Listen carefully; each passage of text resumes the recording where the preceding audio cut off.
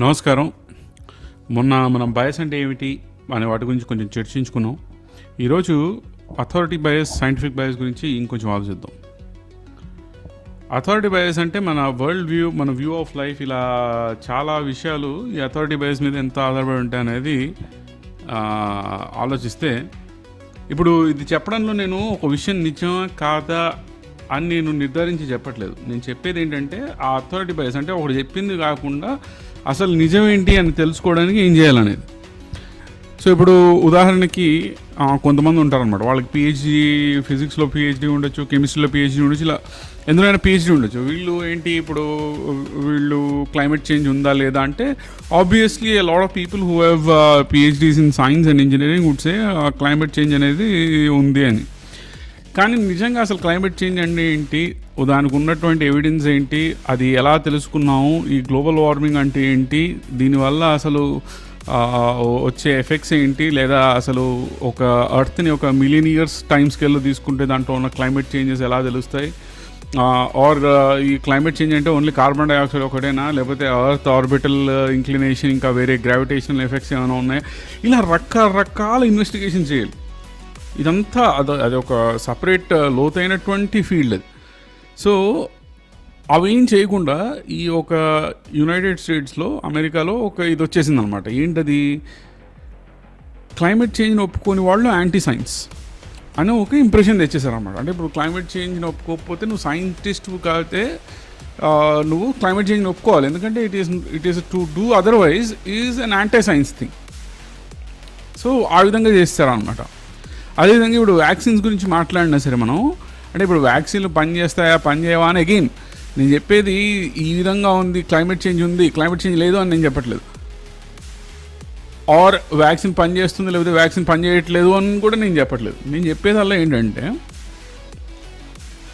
మనం ఎవిడెన్స్ అని దేన్ని అంటున్నాం, ఈ అథారిటీ బయాస్ని తీసుకుంటున్నాం. ఆ అథారిటీ దాంట్లో మనం ఏదో ఒక నమ్మకాన్ని పెట్టేసాం. అంటే ఏంటి, ఇప్పుడు ఇతనికి పిహెచ్డి అనే ఫిజిక్స్ అనేది ఉంటే ఇతను ఆలోచించి ఉంటాడు, ఇతను లోతుగా తెలుసుకుని ఉంటాడు, మనకంత తెలుసుకునే సమయం లేదు, లేకపోతే మనకంత ఎక్స్పర్టీస్ లేదు, కాబట్టి మనం ఇతన్ని నమ్మాలి తప్పదు అనే విధంగా నమ్ముతున్నారా, లేక అతన్ని లేకపోతే ఆమెని ప్రశ్నించి, ఓకే క్లైమేట్ చేంజ్ ఉందంటున్నావు, సో దీనికి కార్బన్ డైఆక్సైడ్ ఇంక్రీజ్ అవుతుంది అంటున్నావు, బట్ ఇది ఒక 200 సంవత్సరాల్లో ఇలా ఆ విధంగానే కనిపిస్తుంది, బట్ ఇంతకుముందు కూడా ఇలా ఇంక్రీజ్ అయి ఉంటుంది కదా, అప్పుడు ఏం జరిగాయి, ఈ ఓవరాల్ ఈ 200 సంవత్సరాల టైం స్కేల్ కాకుండా అర్త్ అనేది ఇన్ని మిలియన్ ఇయర్స్ నుంచి ఉంది కదా, దీని గురించి మనకి ఏమైనా తెలుసా అనే ప్రశ్న అడిగారా మీరు? వాళ్ళకి తెలుసా అంటే, అది ఊరికేనే వాళ్ళు చెప్పారు కాబట్టి నమ్ముతున్నావా వాళ్ళ అథారిటీని వల్ల, బట్ ఆర్ మనం ఇన్వెస్టిగేట్ చేసుకున్నాం. సో ఇప్పుడు ఈ బయాసెస్ అనేవి సైన్స్లో ఉండడం వల్ల కొన్ని పెద్ద పెద్ద విషయాలు, అవి ఎంత పెద్ద పెద్ద విషయాలు అంటే, మన వ్యూ ఆఫ్ లైఫ్, మనం ఎలా జీవించాలి, ఏంటి ఈ జీవితం అనే దాన్ని, ఏదైతే ఇంతకుముందు ధర్మం అంటారో, ఏదైతే ఇంతకుముందు మతం అంటారో, లేకపోతే ఏదైతే ఇంతకుముందు ఈ స్పిరిచువాలిటీ ఆర్ రిలీజియన్ కింద వచ్చేదో, అంటే మనిషి ఎలా జీవించాలి, మనిషి ఎలా నడుచుకోవాలి అనేది ఇంతకుముందు అది స్పిరిచువల్గా కానీ లేకపోతే రిలీజియస్గా కానీ మతానికి, ప్రవక్తలకి, లేకపోతే ప్రబోధకులకి, వీళ్ళకి ఇచ్చేవాళ్ళు, గురువులకి. కానీ ఇప్పుడు సైన్స్లో మనం మన నమ్మకాన్ని పెడుతున్నాం అన్నమాట. సో బట్ ఈ సైన్స్ అనేది ఏంటి, ఏ విధంగా చూస్తున్నాం మనం, ఏదో సైన్స్ అనేది ఏంటి, మూఢనమ్మకాలకి ఎగెయిన్స్ట్ సైన్స్. సో సైన్స్ అనేటువంటిది ఈ స్పిరిచువల్ బిలీఫ్స్కి అగెయిన్స్ట్, ఆర్ ఈ దేవుడు లేడు అని నిరూపిస్తుంది అని అంటారు అన్నమాట కొంతమంది. సైన్స్ ఎప్పుడు దేవుడు ఉన్నాడని నిరూపించలేదు, దేవుడు లేడని నిరూపించడం లేదు. సో ఇందులో ఉన్నటువంటి, ఈ సైన్స్లో ఉన్నటువంటి కొన్ని 2 ముఖ్యమైన విషయాలను చూద్దాం. ఇవి you will see how much they impact your life. ఒకటి big bang theory, 2 evolution. So ఈ రెండింటి గురించి కొంచెం ఆలోచిద్దాం మనం ఇప్పుడు. ఓకే, బిగ్ బ్యాంగ్ థియరీ గురించి చాలామంది మాట్లాడతారు. అంటే మోస్ట్ ఎడ్యుకేటెడ్ పీపుల్, వాళ్ళకి ఏ డిగ్రీ అయినా ఉండొచ్చు, or whatever, you know, some normal middle class, upper middle class or lower middle class educated degree వరకు చదువుకున్నటువంటి భారతీయులతో మాట్లాడితే ఆర్ అమెరికన్స్తో మాట్లాడినా సరే, చదువుకున్న వాళ్ళతోటి, అంటే స్కూల్కో యూనివర్సిటీకో కాలేజ్కో ఎటువంటి కాలేజ్కి వెళ్ళిన వాళ్ళకి వీళ్ళకి ఏముంటుంది ఐడియా?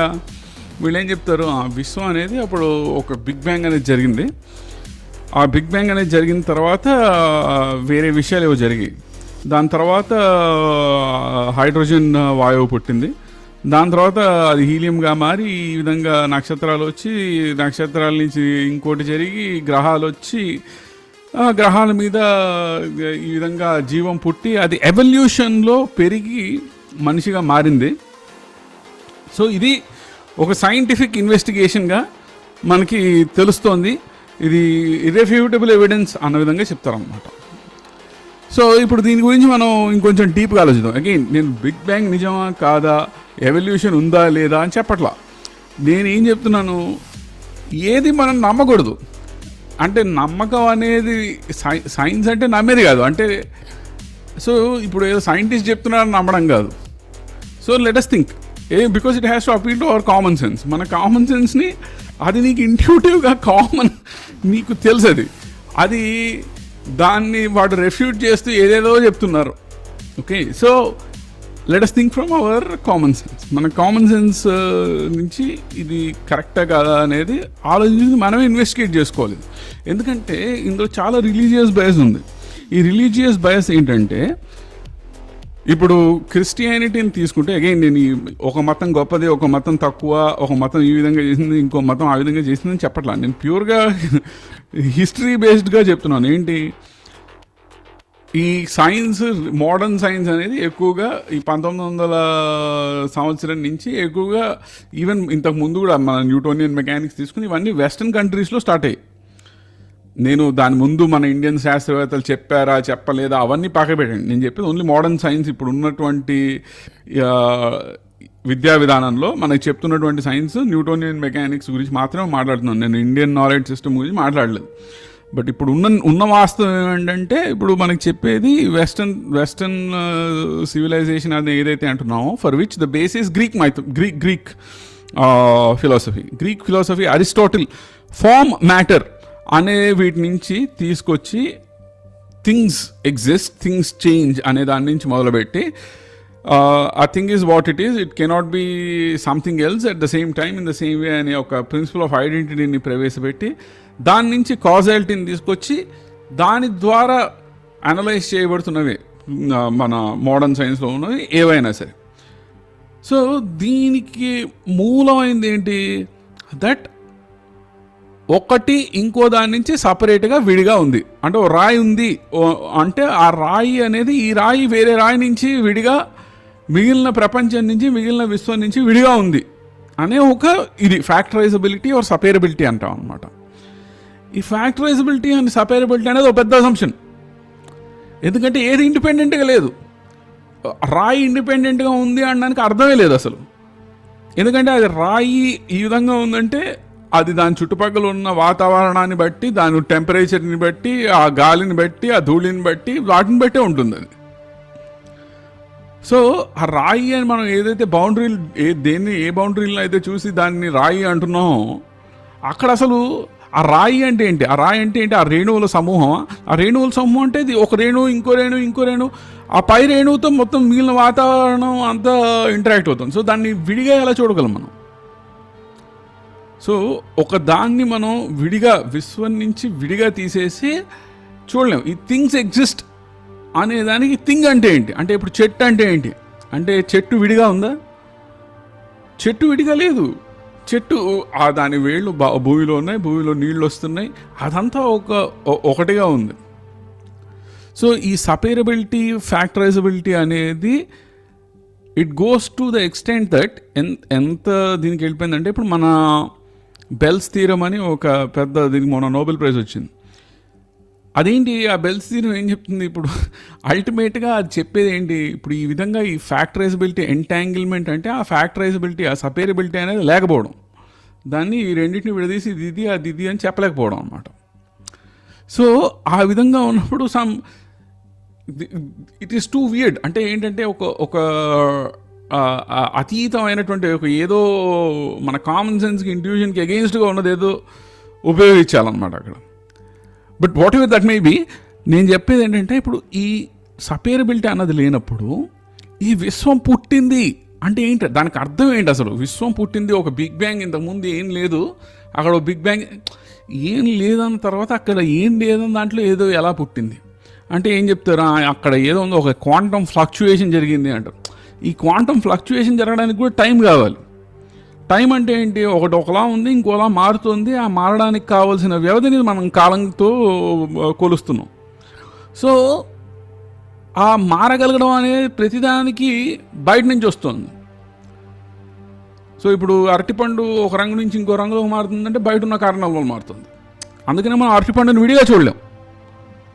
సో అరటిపండు అనేది ఆ విశ్వంతో అది ఆ విధంగా కదులుతుంది. ఇప్పుడు అలాంటి దాంట్లో ఈ బిగ్ బ్యాంగ్ అంటే దాని ముందే ఉంది.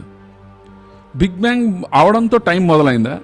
టైం అప్పుడు మొదలైతే టైం మొదలవ ముందే ఉంది.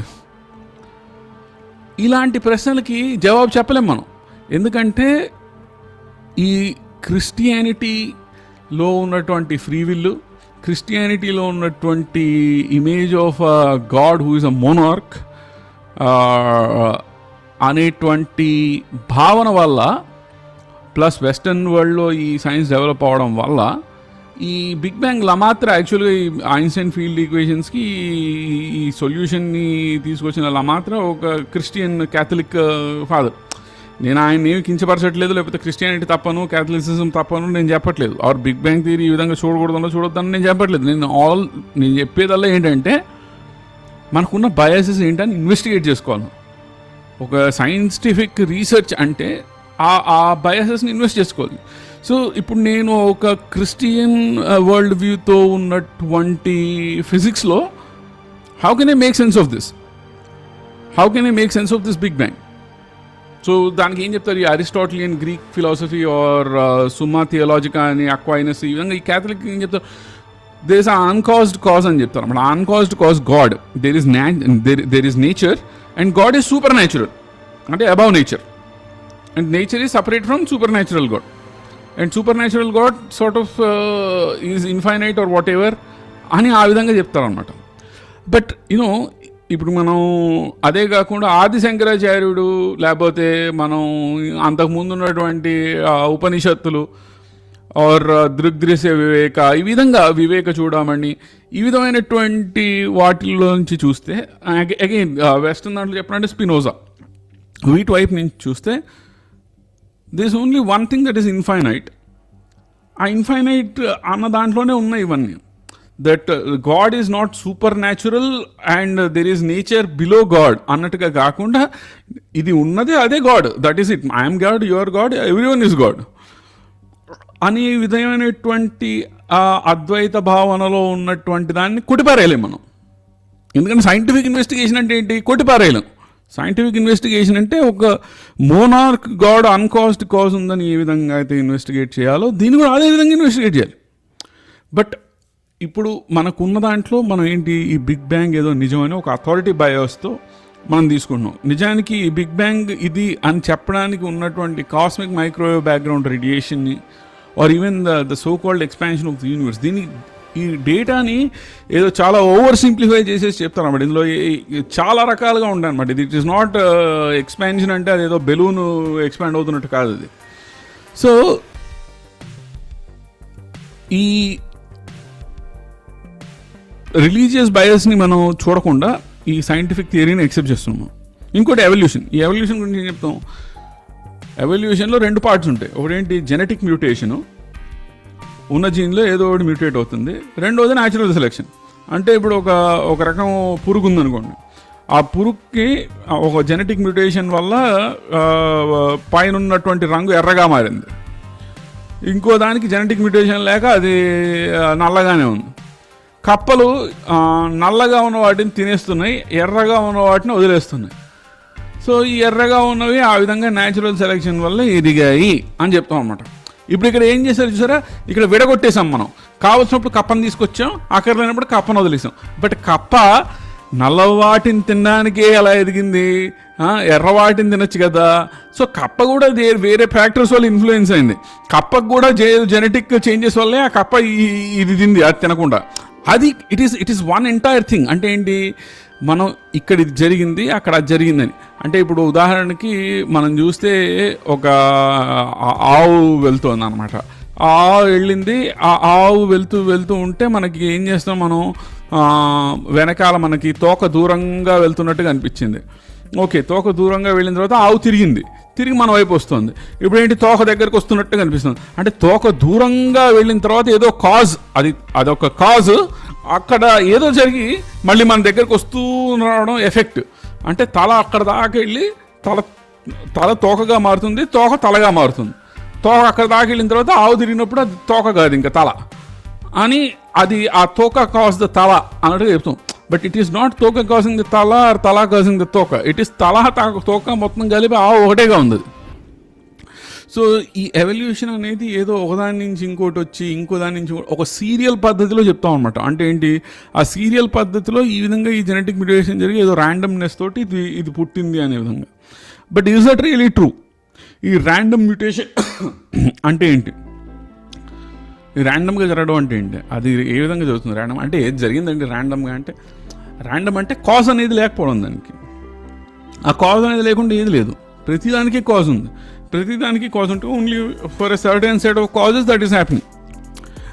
సో ఈ ఎపిసోడ్లో నేను చెప్పొచ్చేది ఏంటంటే, ఈ బిగ్ బ్యాంగ్ కానీ ఎవల్యూషన్ కానీ ఏవైతే మన వరల్డ్ వ్యూని, మన వ్యూ ఆఫ్ లైఫ్ని ఇంపాక్ట్ చేస్తున్నాయో, ఫ్రీ విల్ కానీ లేకపోతే కాన్స్టిట్యూషన్ని కానీ, వీటి నుంచే వస్తున్నాయి కదా, ఆ రిలీజియస్ వ్యూ నుంచే వస్తున్నాయి. సో వాటిని మనం ఇది కరెక్టా అది కరెక్టా అని నేను చెప్పట్లేదు. నేను చెప్పేది ఏంటంటే, you have to think about it fully for your self.